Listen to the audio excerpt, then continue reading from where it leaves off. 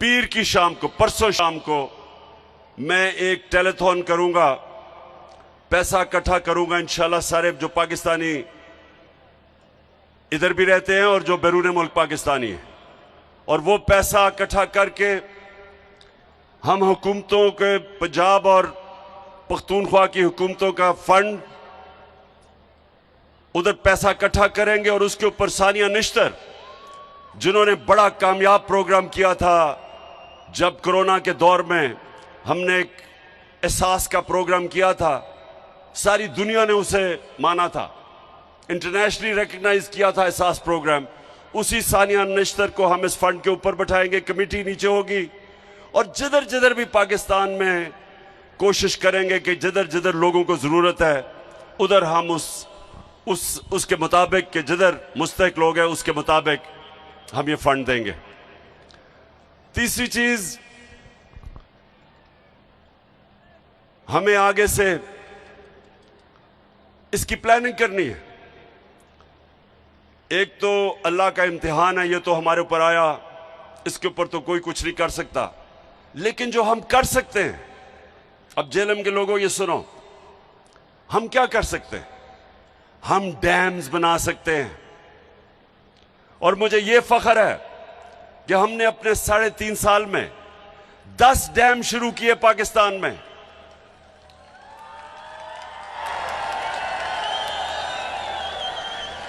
पचास साल के बाद पाकिस्तान में बड़े डैम बने। बादशाह बन रही है, बादशाह डैम बन रहा है, दासू डैम बन रहा है, और उसके अलावा मुमन डैम, जो इंशाल्लाह अगर इसी रफ्तार पे गया तो 2025 में बन जाएगा। 10 डैम का हमने प्रोग्राम बनाया।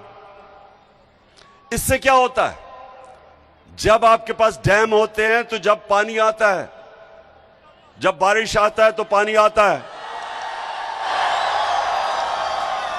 तो वो आप पानी को काबू कर लेते हैं। डैम जब आपके बने होते हैं तो बारिश आता, पानी आता, रोक लेते हैं उसको,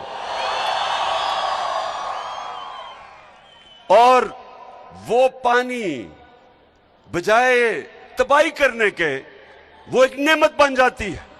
ये है डैम का कमाल। ये आपका प्रोपेगेंडा के जी जलसे कर रहा है, पॉलिटिक्स कर रहा है, कान खोल के सुन लो, ये मेरी हकीकी आजादी की जंग तब तक नहीं रुकेगी जब तक मैं इस मुल्क को तुम्हारे जैसे चोरों से आजाद नहीं करता। आजकल हमें कहा जा रहा है कि जी ओहो सैलाब आ गया, फिक्र ना करो, सैलाब में इंशाल्लाह इमरान खान और उसकी टीम और उसकी हुकूमतें वो काम करेंगी जो तुम सारी जिंदगी लगे रहो नहीं कर सकते। तुम्हारे लिए तो कोई पैसे देने के लिए तैयार नहीं है, क्योंकि तुम्हारा तो चोरी करके सारा पैसा बाहर पड़ा है। वो जो भगोड़ा लंदन में बैठा हुआ है, किधर से पैसा आया उसके और उसके बेटों को, क्या अरबों रुपए की प्रॉपर्टीज में रहता है, और वो हमें दर्ज दे रहा है कि सियासत नहीं करनी चाहिए। तुम भी सुन लो, नवाज शरीफ मफरूर और मुजरिम, गौर से सुन लो, और यहां शहबाज शरीफ तुम भी सुन लो, और फजल रहमान डीजल तुम भी सुन लो, और आसिफ जरदारी जिसको पैसे की बीमारी है, जो पैसा देख के, आसिफ जरदारी जब पैसा देखता है उसकी मूछें ऊंचे नीचे होनी शुरू हो जाती है। सब सुन लो, ये हमारी तुम्हारे खिलाफ जद्दोजहद हर मौसम में चलेगी। गर्म तरीन जब पाकिस्तान, याद रखें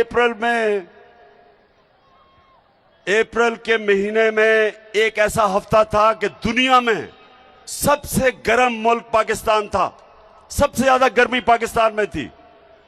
तब भी मैं सड़कों पे था, तब भी मैं तुम्हारे खिलाफ जुलूस जलसे कर रहा था।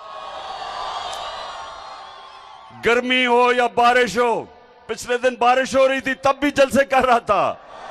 और जब तक मैं इंशाअल्लाह अपने मुल्क को आजाद नहीं करूंगा, मैं सड़कों पे होऊंगा,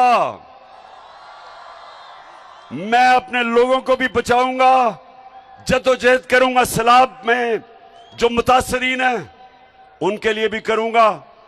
और इंशाअल्लाह परसों मैं आपको अपने पाकिस्तानियों से पैसा इकट्ठा करके दिखाऊंगा, इकट्ठा करता रहूंगा, मदद करूंगा अपने लोगों की, लेकिन तुम्हें नहीं छोड़ना।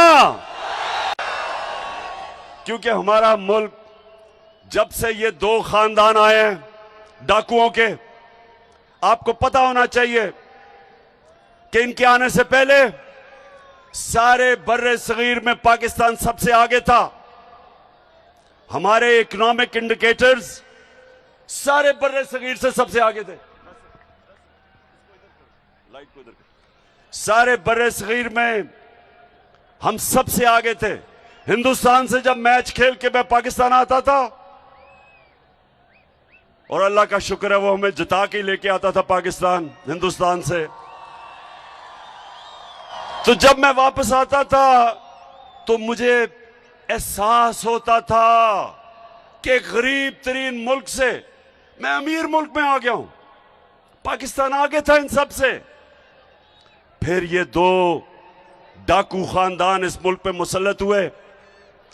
हम हिंदुस्तान से भी पीछे रह गए, हम बांग्लादेश से भी पीछे रह गए। और ये जो आज शहबाज शरीफ और ये मिफ्ता इस्माइल कहता है कि तहरीक इंसाफ की वजह से IMF का प्रोग्राम फेल हो जाएगा, शहबाज शरीफ सुन लो गौर से। पहले तो तुम और तुम्हारे इत्तेहादी और खानदानों ने इस मुल्क को मकरूज किया, कर्जे आपने चढ़ाए। आपकी वजह से हर इंसान पे कर्जे बढ़ते गए। हमारी जब बारी आई तो मुल्क का तो दिवालिया निकला हुआ था 2018 में। आप अपने फोन के ऊपर गूगल करके देख लें कि 2018 में पाकिस्तान की तारीख का सबसे बड़ा बैरूनी मुल्क खसारा था, सबसे ज्यादा कर्जे थे। हम जितना भी हमने पहला साल पैसा इकट्ठा किया टैक्स पे, आधा चला गया कर्जों की किस्तें अदा करने में जो कर्जे आपने लिए थे। तो तब हमें मिला था पाकिस्तान। और पाकिस्तान की इकोनॉमिक सर्वे उठा के देख लो, इनके दौर में जो इकोनॉमिक सर्वे जो हुकूमत से जो ऑफिशियल डॉक्यूमेंट आती है वो उठा के देख लो। 17 साल के बाद सबसे बेहतरीन ग्रोथ रेट हमारे दौर में 5.6 और 6% हमारी इकोनॉमी ऊपर गई। सबसे ज्यादा पाकिस्तान की तारीख में टैक्स इकट्ठा किया। सबसे ज्यादा पाकिस्तान की तारीख में बैरून मुल्क पाकिस्तानियों ने डॉलर्स भेजे। हमारी 4 फसलें 2 साल रिकॉर्ड पैदावार हुई। किसानों के पास तारीख में सबसे ज्यादा पैसा गया देहातों में। हम वो पाकिस्तान छोड़ के गए थे। हमने एहसास के जरिए लोगों को फायदा पहुंचाया, निचले तबके को। हमने पहली दफा पाकिस्तान में हेल्थ इंश्योरेंस यानी कि 10 लाख रुपया हर खानदान को दिया कि किसी भी अस्पताल में अपना इलाज करवा सकते थे। यह पहली दफा हुआ पाकिस्तान में।